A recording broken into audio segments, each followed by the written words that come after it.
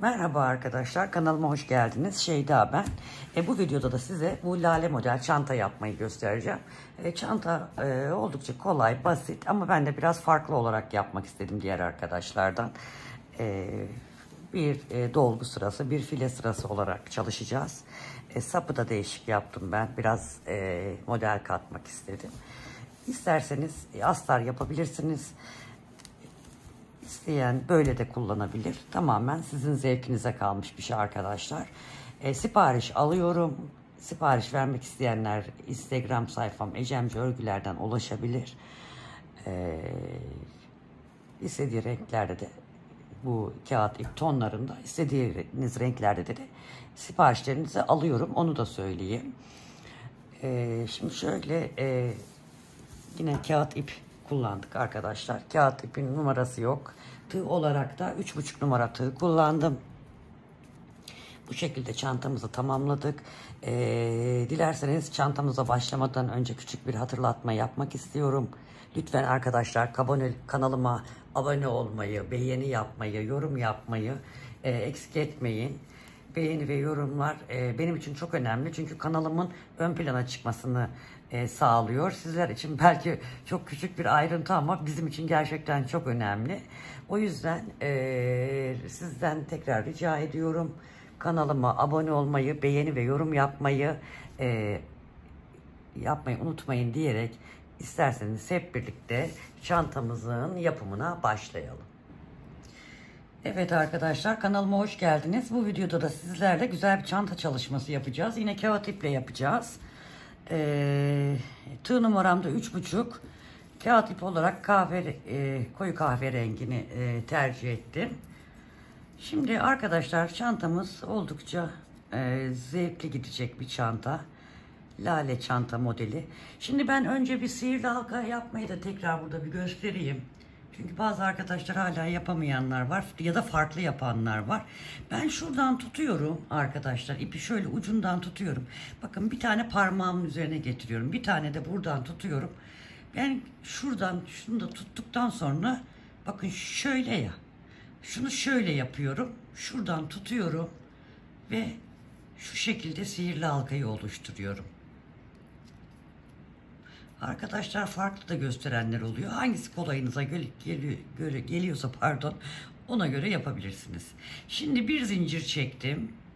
2 ve 3 zincir çektim. Üzerine alıyorum. Buraya ikili trabzan yapıyorum hemen zincirimin yanına. Bir trabzan daha yapıyorum zincirimin yanına. Şimdi burada 1, 2 ve 3 tane zincir çekiyorum. Yine sihirli halkama 1, 2 ve 3 tane ikili trabzan yapıyorum. Yine 1, 2, 3 tane zincir çekiyorum. Aynı yere yine 3 tane yan yana ikili trabzan yapıyorum. 1, 2, 3 oldu. Şöyle ipi de arada sıkıştırıyorum. Yine 3 zincir. 1, 2, 3. Üzerine alıyorum tığımın. Boşluğa batıyorum. 1, 2 seferde çıkıyorum. Yine yanına batıyorum. 1 ve 2 seferde çıkıyorum. Yine tığımın üzerine ipi doluyorum. 1 ve 2 seferde çıkıyorum. Şu sihirli halkamızın ipini çekiyoruz arkadaşlar. Burayı güzelce sıkılaştırıyoruz. Şimdi bir zincir çekiyorum. Burada 3 zincir çekmeyeceğiz. Karşıya bağlantı yapacağız. Üzerine doluyorum. Bak köşeleri hep böyle yapacağız arkadaşlar. Yani başlangıç sıralarını bir üst seviyeye çıkacağımız yerlerde. Burada 3 zincir çektiğim yere şöyle aslında batabilirsek biraz burada zorlanabiliriz. Çünkü kağıt ip olduğu için. Şuradan ikisini de almak istiyorum. Evet, aldım. Tığ geçiremiyorum. Evet. Şu şekilde üçünü birden alıyorum. Burada köşeyi de bu şekilde oluşturmuş oluyorum arkadaşlar. Şimdi burada 1, 2, 3, 4 tane zincir çekiyorum. Bir tanesi yukarıya, 3 tanesi yukarıya çıkmak için, bir tanesi de aradaki, şimdi göreceksiniz, bir zincir yerine geçmek için. Şimdi burada hemen bu boşluğa bir tane batıyorum. Pardon, oraya batmayacağım.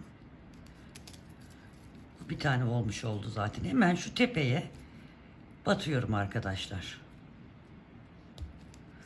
Buraya bir tane trabzan yapmış oluyorum. Tam şu üçlü trabzanın yanına, tepesine bir tane yapmış oluyorum. Bir zincir çekiyorum. Bir tane atlıyorum. Hemen yanındakine de bir trabzan daha yapıyorum. Bir zincir çekiyorum. Bu köşelere bir tane trabzan yapıyorum. Arkadaşlar. 1, 2, 3 tane zincir çekiyorum. Boşluğa yine bir trabzan daha yapıyorum. Bir zincir çekiyorum. Üzerine alıyorum. Şu 3 tane trabzanımızın en başındakine yapıyorum. İkili trabzan. Arada bir zincir. Ve 3 tane trabzanın bir tanesini de atlıyorum. Arada bir trabzan atlayarak bir trabzan daha oluşturuyorum. Bir zincir çekiyorum. Boşluğa geldim, köşe boşluğuna. Buraya yine ikili trabzan yapıyorum. Bakın. Şöyle. Gördüğünüz gibi. Şimdi burada yine köşelerde hep 3 zincir çekiyoruz arkadaşlar. Unutmayın, 3 zincir çektim. Yine aynı yere bir trabzan daha yaptım. Bir zincir çekiyorum. 3 tane yaptığımız trabzanın ilk baştakine batıyorum. Bir trabzan daha. Bir zincir. Bir atlıyorum. Yanındakine bir trabzan daha. Bir zincir çekiyorum. Köşe için boşluğa bir ikili trabzan. 1, 2, 3 zincir çekiyorum. Yine aynı yere bir trabzan daha yapıyorum. Bir zincir ve tam bu köşedekine, baştakine yani batıyorum.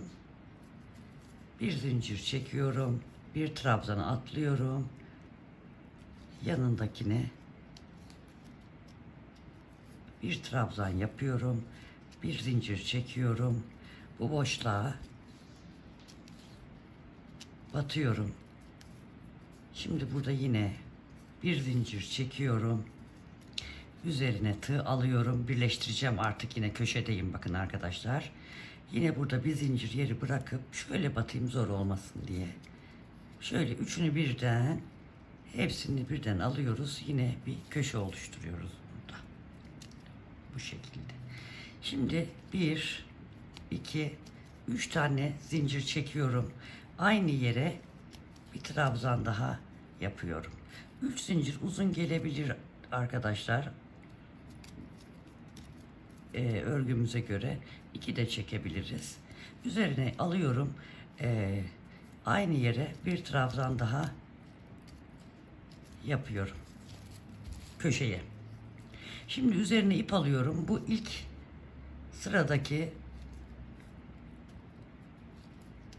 tepeye batıyorum. Boşluk zincir çekmiştik bir tane.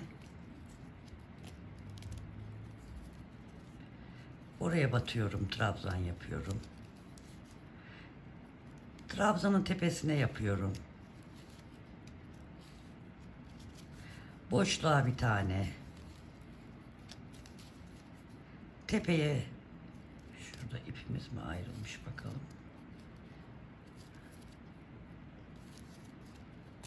Evet. Boşluğa bir tane batıyorum. İpimize de dikkat edelim, kağıt ayrılabiliyor. Tepeye bir tane.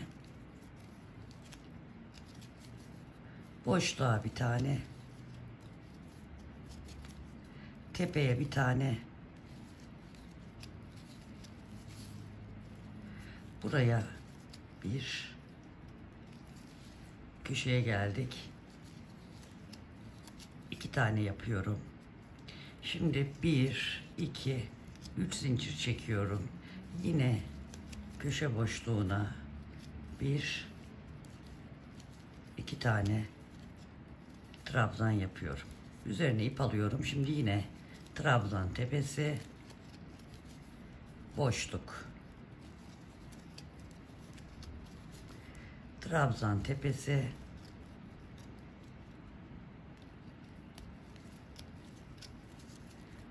boşluk, trabzan tepesi,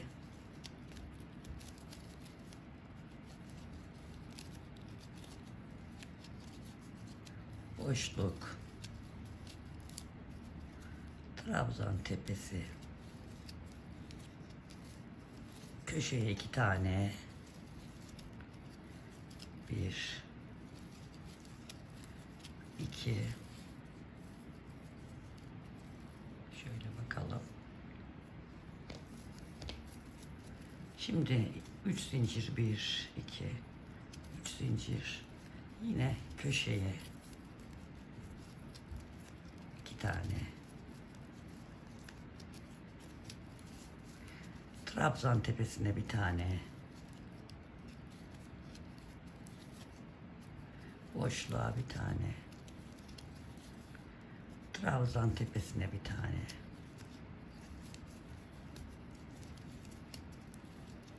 boşluğa bir tane, tepe,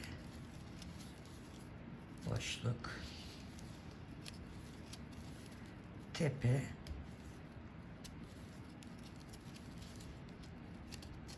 köşeye geldik. 2 tane buraya,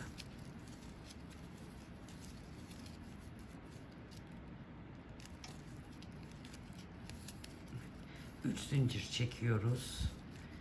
1, 2 ve 3. Köşemizi oluşturmak için aynı yere 2 trabzan daha yapıyoruz. Evet. Burayı da yine tepe boşluk şeklinde aynı şekilde ilerliyoruz. Hızlı yaptığımı düşünenler arkadaşlar video hızını düşürebilirsiniz ayarlar kısmında.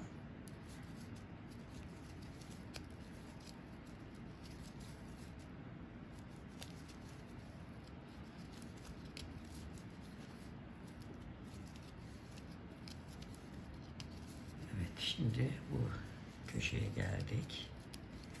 1 ve 2 tane yapıyorum. Köşeyi yine aynı şekilde bağlayacağız. Bir zincir üzerine alıyoruz. Buraya batıyoruz arkadaşlar.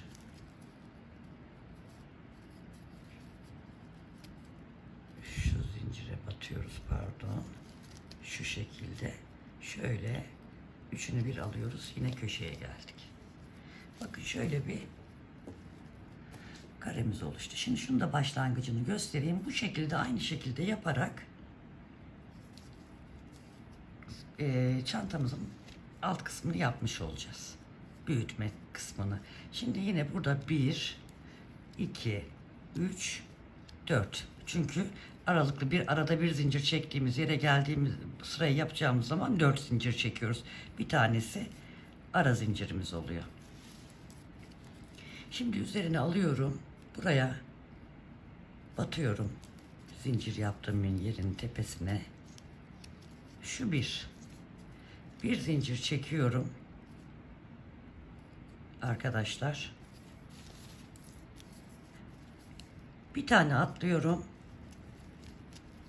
Yanındaki trabzana batıyorum. Bir zincir çekiyorum. Bir atlıyorum. Yanındaki trabzana. Bir zincir. Bir tane atlıyorum. Yanındakine. Bir zincir. Bir tane atlıyorum. Yanındakine. Bir zincir.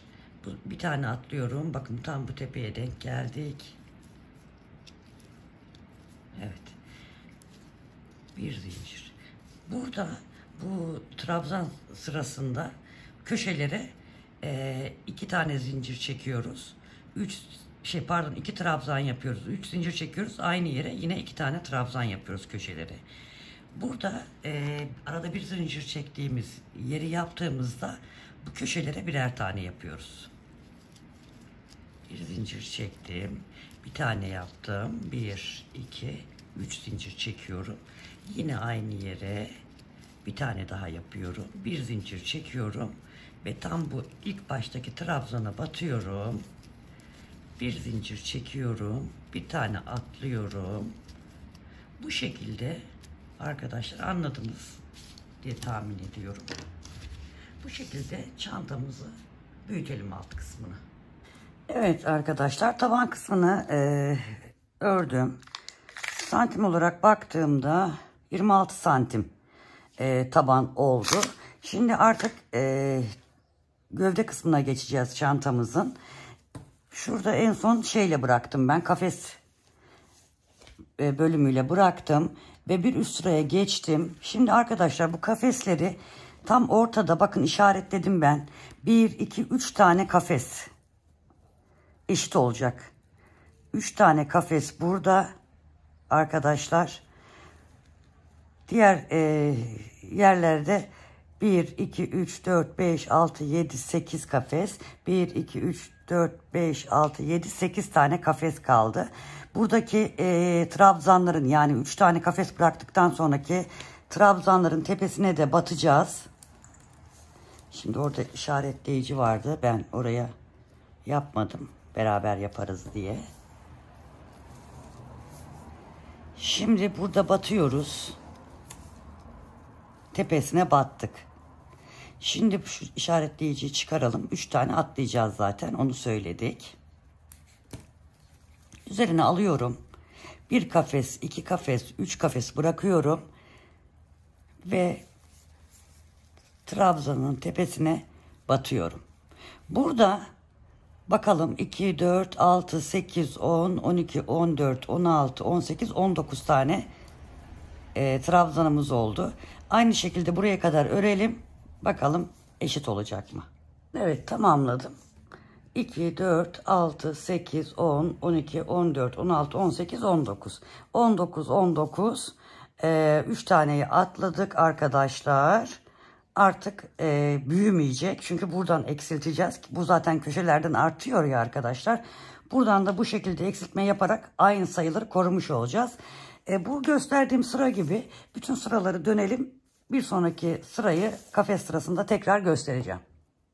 Evet, bir sonraki sıraya geldik. Kafes sırasına geldik arkadaşlar. Diğer sırayı dediğim gibi tamamladık. Burada yine başladık. Burada 1, 2, 3, 4, 5, 6, 7, 8, 9 tane kafes yapıyoruz. Şimdi şurada yine eksiltme yapacağız.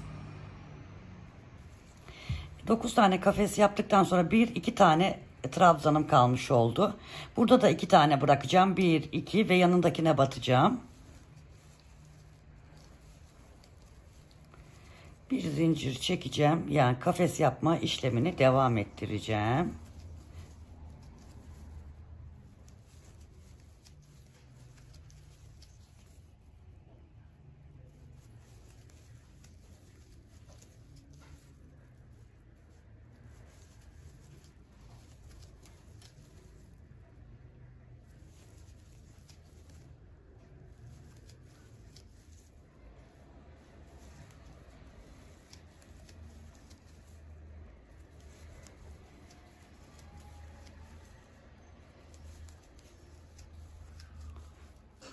Bir zincir, bir de şu köşeye yapıyoruz. Bakalım. 1, 2, 3, 4, 5, 6, 7, 8, 9 tane de burada kafesimiz oldu. Gördünüz mü arkadaşlar? Yani hepsi eşit gidiyor. Şimdi aynı buradaki şu gösterdiğim sırayı tamamlayalım. Bir sonraki sırada tekrar göstereceğim. Ondan sonra zaten devamı aynı. Gördüğünüz gibi devam edecek. Yani bir iyice anlayın diye bir sonraki başlangıcı da göstereceğim. Evet, bir üst sıraya daha çıktık arkadaşlar. Şimdi sayalım. Burası trabzan sıramız. 1, 2, 3, 4, 5, 6, 7, 8, 9, 10. Pardon, 11, 12, 13, 14, 15, 16, 17, 18, 19 tane yaptık. Tığımızın üzerine alıyoruz. Başta bakın 3 tane bırakmıştık ya. 1, 2, 3. Burada da aynı oluyor aslında. 1, 2, 3. Yani 1, 2, üçüncüyü bırakıyoruz. Bunun tepesine batıyoruz. Yani arkadaşlar devam edeceğiz. Burada da 19 tane trabzanımız olacak. Şimdi ne yaptık? 19 trabzanlar 19 tane olacak. Kafesler 1, 2, 3, 4, 5, 6, 7, 8, 9 tane olacak arkadaşlar. Trabzan 19, kafesler 9. 1, 2, 3, 4, 5, 6, 7, 8, 9. Bakın arkadaşlar. Bunu koruyarak 19 trabzanı koruyarak ve 9 kafesi koruyarak aynı bu şekilde şurada gösterdiğim eksiltmeleri yaparak çantamızın gövde kısmını örmeye devam edelim. İstediğimiz uzunluğa gelinceye kadar. Evet arkadaşlar, çantamı ben bitirdim. Ne kadar ördüğümü tabii ki size söyleyeceğim.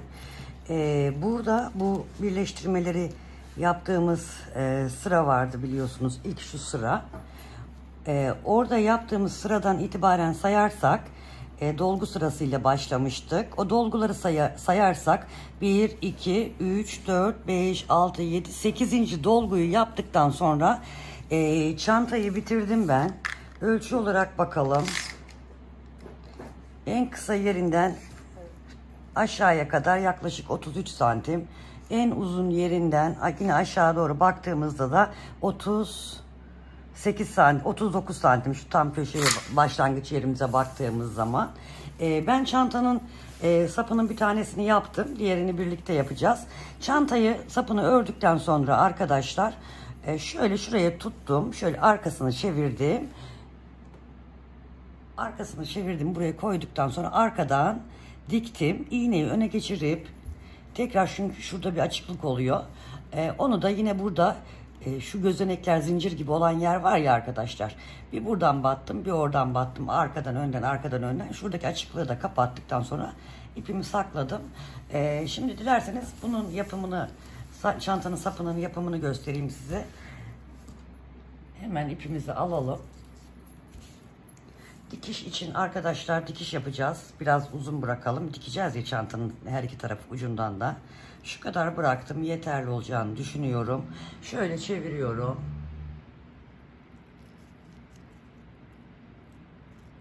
Şöyle bir zincir çekiyorum. 1, 2, 3, 4 tane zincir çekiyorum. Hatta 5 çekiyorum. Karşı tarafla birleştiriyorum sevgili arkadaşlar. Şu şekilde bakın birleştiriyorum. Şöyle kaydırma yöntemiyle bir tane yuvarlak yapıyorum. Ondan sonra 1, 2 zincir çekiyorum. Üzerine alıyorum. Boşluğa batıyorum. Bir tane trabzan yapıyorum. Üzerine alıyorum. Aynı boşluğa batıyorum. Bir trabzan daha yapıyorum. 1, 2, 3 tane oldu. Boşluğa batıyorum. Bir trabzan daha yapıyorum. 1, 2, 3, 4 tane oldu. Şimdi 1, 2 tane zincir çekiyorum. Aynı boşluğa batarak şu şekilde batıyorum. Şu şekilde birleştiriyorum.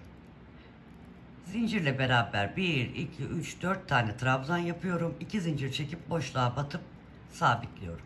Şimdi 1, 2 tane zincir çekiyorum, döndürüyorum. Bakın şu boşluk var şurada.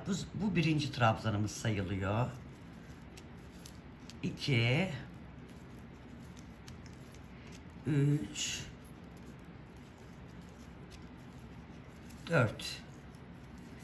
4 tane trabzanımız oldu. Yine 1, 2 zincir çekiyorum. Bu defa buradaki, şurada ipimiz ayrılmış herhalde, onu düzeltelim. 1, 2 zincir çekiyorum. Buradaki boşluğa batıyorum. Bakın şöyle. Şimdi yine 1, 2 zincir çekiyorum, dönüyorum. Bakın şuradaki boşluğa üzerine ip alıyorum. Trabzan yapıyorum. Zincirle beraber 1, 2 oldu. Aynı boşluğa bir daha batıyorum. 3 oldu. Aynı boşluğa bir daha batıyorum. 4 oldu. 2 zincir çekiyorum ve buradaki boşluğa tekrar batıp sabitliyorum. 2 zincir çekiyorum, dönüyorum. Bakın burada boşluk var. Üzerine alıyorum. Bu birinci trabzanımız sayılıyor. 2 3 4 tane trabzan yapmış oluyorum. 2 zincir çekiyorum, yine buraya boşluğa batarak sabitliyorum. 2 zincir çekiyorum, dönüyorum. Şimdi buradaki boşluğa üzerine ip alıyorum. Bu birinci trabzan, ikinci, üçüncü ve dördüncü trabzan. 2 zincir boşluğa batıyorum, sabitliyorum. Bakın arkadaşlar, bu şekilde. Bir tane daha göstereyim. 2 zincir çekiyorum, dönüyorum, üzerine ip alıyorum. Şuraya, bakın şurada boşluğumuz oluşuyor. Buraya zincirle beraber 2 oldu. 3 ve 4. 1 2 zincir çektim, boşluğa battım. Şimdi ne kadar öreceğiz derseniz, siz çantanın ne kadar uzunluğunda istiyorsanız sapını o kadar uzun örebilirsiniz. Ben size yine de söyleyeyim. Model olarak baktığımda sevgili arkadaşlar, şuradan sayarsak şöyle 1 2 3 24 tane yaptım ben. 1 2 3 4 5 24 tane. Santim olarak bakalım. 50 küsur santim olması lazım. Şuradan tutalım.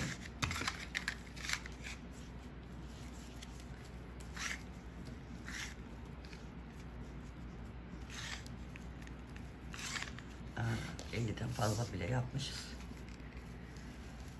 70 santim yapmışım arkadaşlar. 50 dedim ama 70 santim yapmışım. Siz gene de uzunluğunu dediğim gibi ne kadar istiyorsanız o kadar uzunlukta çantanın sapını yapabilirsiniz. Bu şekilde örelim aynı ölçüde. Burada dikimini de göstereceğim ben size. Ve çantamızı tamamlamış olacağız. Evet, çantamızın sapını ördük.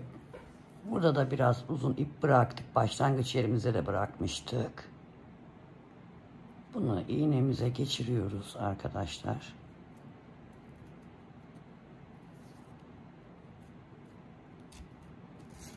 Evet. Şimdi şöyle çevirelim.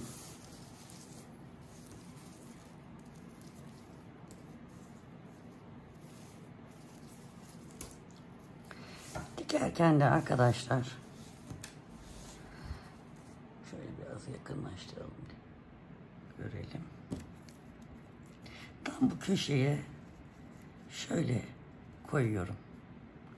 Şurası şuraya geliyor. Şöyle bakın, şuradaki ortadaki yeri görüyoruz. Böyle tutuyorum. Arkasını çeviriyorum. Şimdi burada gördüğüm yerlere batarak bir çantadakine, bir saptakine batarak bu şekilde sapı dikmeye başlıyoruz.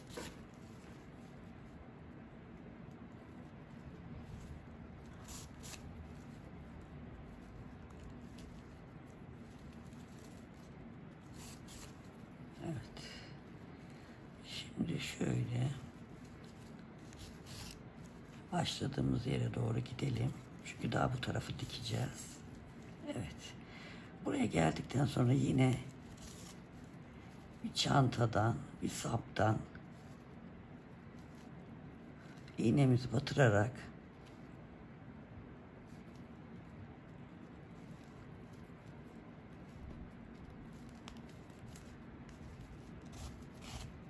dikişimizi yapıyoruz.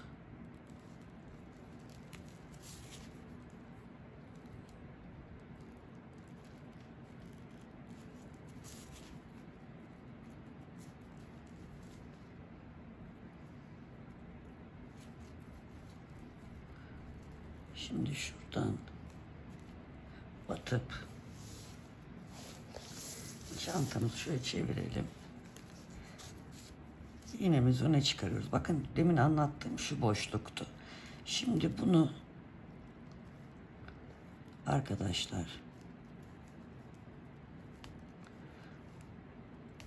şu şekilde, bakın şurada trabzan yaptığımız yerlerdeki zincirler var ya, bir ön bir arka bu şekilde batarak bu açıklığı da çantamıza dikerek kapatmış oluyoruz. Bu zincirlerde bir önden bir arkadan batarak.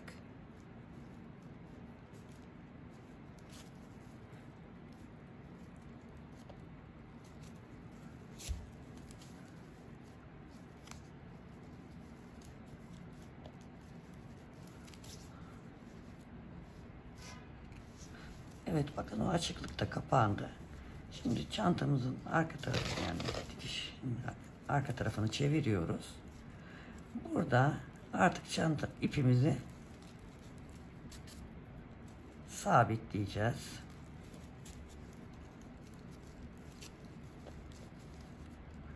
Sonra müsait olan yerlerden şöyle birkaç kere ipimizi geçirelim.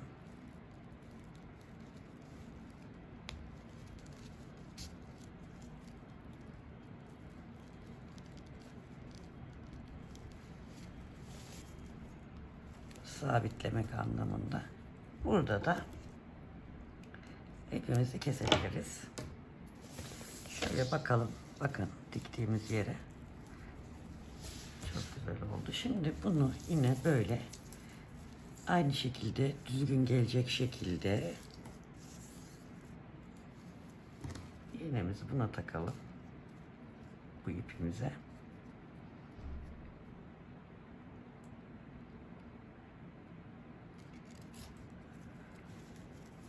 Yine kontrol edelim. Düzgün gelsin sapımız. Bunu da yine bakın şu şekilde şuraya şöyle tutarak çevirelim.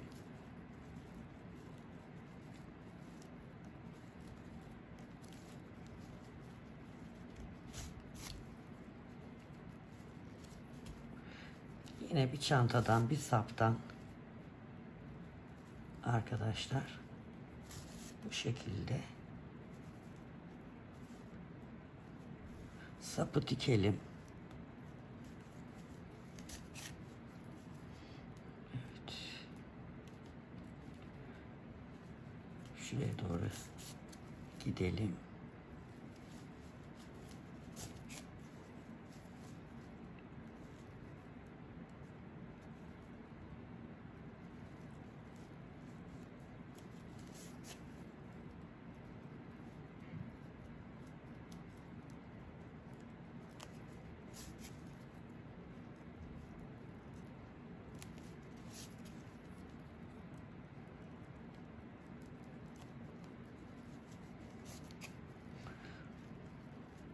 Buradan ön tarafa geçelim. Demin yaptığımız gibi şöyle çevirelim.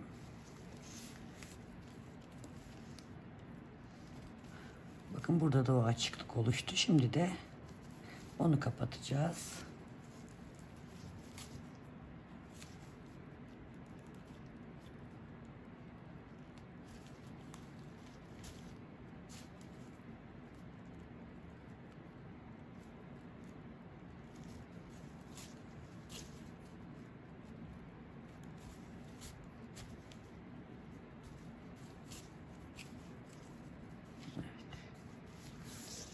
Yine arka tarafa gelelim, artık ipimizi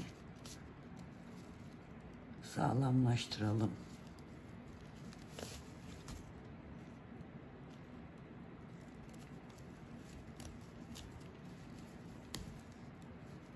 Birkaç yürütme yapalım ipimize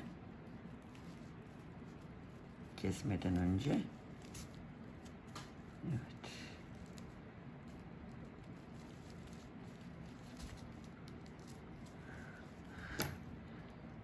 Şöyle de dikişimizi tamamlayalım.